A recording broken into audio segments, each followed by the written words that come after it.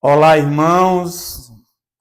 Hoje nós vamos concluir o estudo da carta de Gálatas, capítulo 6. Esse capítulo começa Paulo falando do auxílio mútuo e a responsabilidade pessoal de cada um de nós. No versículo 1 ele diz: irmãos, se alguém for surpreendido em alguma falta, vós que sois espirituais, corrigi-o com espírito de brandura e guarda-te para que não sejais também tentado. Há uma tendência do ser humano recriminar o ser humano, né? E a palavra de Deus manda que nós devemos liberar perdão. Então, se alguém for surpreendido em alguma falta, se você percebe que o irmão está em falta, que o irmão está negligenciando aquilo que a palavra de Deus prega, e se você é espiritual, você deve corrigir o irmão em espírito de brandura. Eu sei como isso é difícil, irmãos. Muitas vezes, quando nós vamos exortar um irmão que está se desviando dos caminhos do Senhor, ele muitas vezes até se revolta. E ele deixa a congregação por conta que ele não quer ser exortado. Mas é nossa missão. Nós, como espirituais, nós temos a obrigação de corrigi-lo com espírito de brandura, mas guardando-te para que também não seja tentado. Ou seja, que aquele irmão que está fazendo coisas que não agradam a Deus, que não venha nos atingir. Essa é a ideia. Ele diz o seguinte depois, no versículo 2. Levai as cargas uns dos outros, e assim cumprireis a lei de Cristo. Ou seja, ajudando o irmão. Assim como Jesus fez conosco. Jesus, ele veio, ele cumpriu a missão do Pai, ele nos religou com Deus. Ou seja, o plano de redenção da humanidade se cumpriu em Jesus. Então, levai a carga uns dos outros, assim cumprireis a lei de Cristo. Ou seja, ajudando os irmãos no momento de necessidade.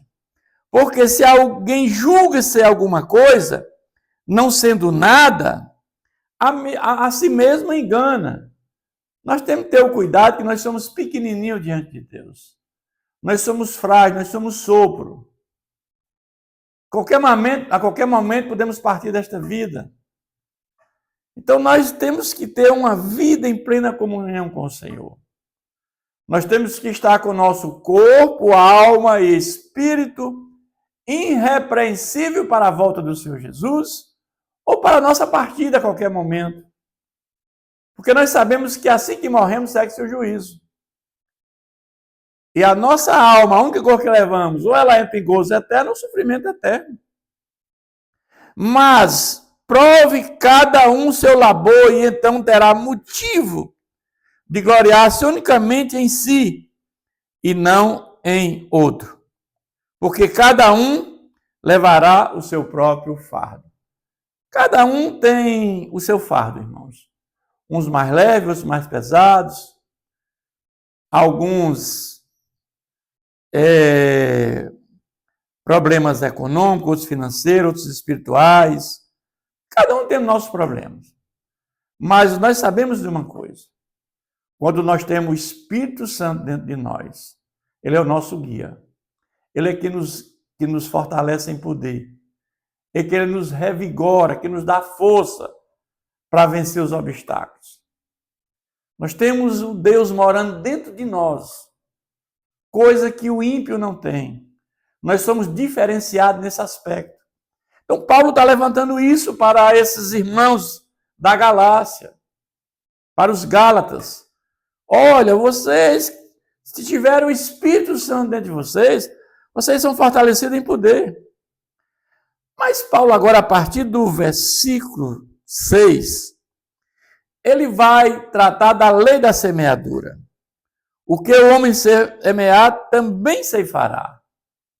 Mas aquele que está sendo instruído na palavra, faça participante de todas as coisas boas aquele que o instrui. Aquele que está sendo instruído na palavra, faça participante de todas as coisas boas aquele que o instrui. Jesus mandou nós façamos o ID, pregar a mensagem salvífica de Jesus, porque tudo começa com a palavra de Deus. Nós somos abençoados como fazendo isso, por quê? Porque através da palavra de Deus e do Espírito Santo é que acontece a obra regeneradora. O Espírito Santo e a palavra de Deus produz no homem o novo nascimento, sem a qual ninguém verá a Deus. Ele vai dizer no versículo 7, não vos enganeis, de Deus não se zomba, pois aquilo que o homem semear, isto também ceifará. Irmão, isso aqui é uma coisa tremenda. Aquilo que o homem semear, também ceifará. Se você só planta coisas maus, você vai colher coisas maus. Se você planta o bem, você vai colher o bem. Se você não doa nada a ninguém, você não espere que alguém vai doar alguma coisa para você. Se você não dá amor a ninguém, como é que você vai querer receber amor das pessoas? Se você não ora por ninguém, como é que você quer que alguém ore por você? Isso aqui é a lei da semeadura. De Deus ninguém se zomba. Aqueles que zombam de Deus recebem o merecido castigo. Não há dúvida disso. Porque o que semeia para a sua própria carne, da carne colherá a corrupção. O que semeia para a carne, o pecado, a maldade, aquilo que nós lemos aqui, as obras da carne, as contendas, a idolatria, a feitiçaria, a inimizade, as discórdias, ciúmes, bebedices, semeia para a morte. Morte eterna. Mas o que semeia para o Espírito Santo, o Espírito colherá o quê? Vida eterna. Se nós vivemos uma vida espiritual, uma vida dedicada ao Senhor, uma vida de leitura bíblica, de oração, de louvores, uma vida de pregação da palavra de Deus, uma vida dedicada ao Senhor, uma vida em que o Espírito Santo mora no nosso corpo, mora no nosso espírito humano. Colherá o quê? Vamos colher vida eterna, com certeza. E não nos cansemos de fazer o bem, porque a seu tempo ceifaremos se não desfalecermos. Muitas vezes nós queremos, nós cansamos muitas vezes, que nós fazemos tanto bem, e muitas vezes essas pessoas nos retribuem com o mal. E às vezes nós sentimos cansados disso.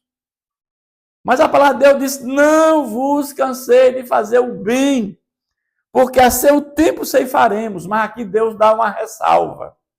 Se não, desfalecemos. Ou seja, não vos cansei de fazer o bem e não parem.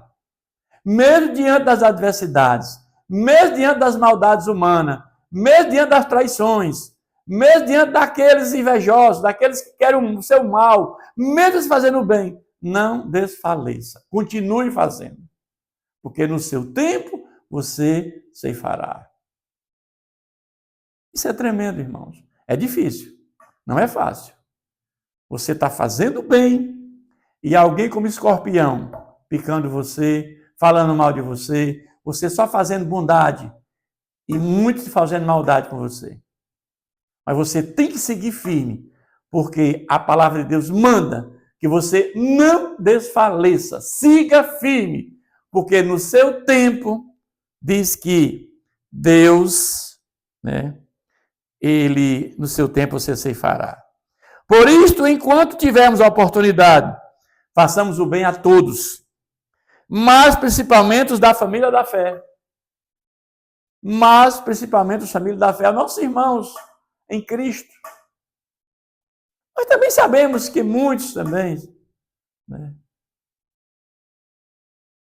Por mais que nós façamos o bem, muitos, ao ser exortados, eles se revoltam. Mas nós temos que continuar fazendo o bem, como a palavra de Deus prega. A partir do versículo 11, Paulo vai gloriar-se na cruz de Cristo. Somente a glória de Paulo é a cruz de Cristo, mais nada. A motivação de Paulo é a pregação da palavra de Deus. Não é a glória pessoal dele, não é a parte financeira de Paulo, porque Paulo, ele vivia, né? Paulo vivia da bondade das pessoas, de hospedagem, de alimentação. Paulo fazia tendas, muitas vezes, para a sobrevivência. Paulo não tinha nenhum interesse pessoal, mas Paulo dizia que gloriava-se na cruz de Cristo. Vede como que letras grandes vos escrevi de meu próprio punho. Paulo está dizendo que ele escreveu essa carta, essa epístola, é mais uma epístola, porque envolve várias igrejas, podemos dizer que é uma epístola, e do próprio punho, em letras grandes, para que ficasse bem claro. Todos os que querem ostentar-se na carne, esse vos constrange a vos circuncidardes, somente para não serem perseguidos pela cruz de Cristo. Pois mesmo aqueles que se deixam circuncidar, guardam a lei. Antes, querem que vos circuncideis para se gloriar na vossa carne. Ou seja, havia esse grupo de falsos irmãos, falsos mestres judaizantes, que incitavam o povo a se circuncidar para se gloriar a si mesmo. Olha, nós persuadimos esses irmãos da igreja da Galácia para circuncidarem. Só que aquilo não tinha nenhum valor, era mais a glória do homem. Mas estava levando o homem à perdição, porque nem a circuncisão e nem a circuncisão tinha nenhum valor depois da vinda de Cristo. Então ali era o desejo pessoal humano do homem de se vangloriar, para dizer para os outros, olha, nós persuadimos muitos para ser circuncidados, que não tinha nenhum valor. Mas longe esteja de mim gloriar-me, senão na cruz do Senhor Jesus Cristo. Ou seja, Paulo está dizendo, olha, a minha glória é gloriar-se na cruz de nosso Senhor Jesus Cristo, pelo qual o mundo está crucificado para mim e eu para o mundo. Ou seja, a cruz de Cristo era a glória de Paulo. Jesus queria ser lembrado pela morte na cruz. É lá que ele foi glorificado pelo Pai. Porque a cruz é onde Jesus morre, é onde Jesus traz a graça salvadora. É ali que houve a redenção da humanidade. O plano da redenção foi consumado na cruz. É ali que ele diz ao Pai, tetelestai, está consumado. O plano traçado antes da fundação do mundo, eu cumpri. E todos agora têm a oportunidade de salvação. Os que colocarem a fé em mim, em Jesus Cristo, terão salvação e vida eterna. Então a glória de Paulo é a cruz, pelo qual o mundo está crucificado para mim e eu para o mundo. Pois nem a circuncisão é coisa alguma, nem a circuncisão, mas o ser nova criatura. Ou seja, Paulo está dizendo, olha, vocês estão se vangloriando e dizendo que vocês persuadiram muitos para circuncidar, não tem valor nenhum. O valor é você ser nova criatura, é você receber o Espírito de Deus, é você nascer de novo, é você ter Deus, Jesus dentro de você através do Espírito Santo. Esse é o valor. É isso que Paulo está levantando para essa igreja. E ele continua no versículo 16. E a todos quantos andaram de conformidade com esta regra, paz e misericórdia sejam sobre eles e sobre o Israel de Deus. Ou seja, todos quantos andarem de acordo com os ensinamentos do Senhor Jesus, de acordo com a palavra de Deus, né? Ele é misericordioso e justo para cuidar de cada um de nós. Quanto ao mais, ninguém me moleste, porque eu trago o corpo às marcas de Jesus. Eles se vangloriavam porque eles faziam com que muitos cortassem o prepúcio, a carne física. Paulo está dizendo, eu me glorio, porque trago no corpo as marcas de Jesus. Paulo está dizendo, eu sofri muito por conta do nome de Jesus. Eu sofri quarentena de açoites, eu sofri naufrágio, eu sofri apedrejamento, eu fui preso, eu fui açoitado, eu fiz tudo isso pelo nome de Jesus Cristo, como o próprio Jesus disse, Paulo, importa sofrer pelo meu nome. Mas eu sofri tudo isso porque levando o evangelho, a mensagem salvífica de Jesus para o mundo afora dos gentios. Eu preguei na Ásia Menor, eu preguei na Galácia, eu preguei na Macedônia, eu preguei em vários locais, eu preguei na Acaia, plantei várias igrejas, em cada local que eu preguei a palavra de Deus, eu sofri muito. Então eu levo as marcas de Jesus no meu corpo. Não é a circuncisão que tem valor nenhum, é as marcas de Cristo que eu levo em meu corpo que tem valor. Esse é o valor que eu me glorio.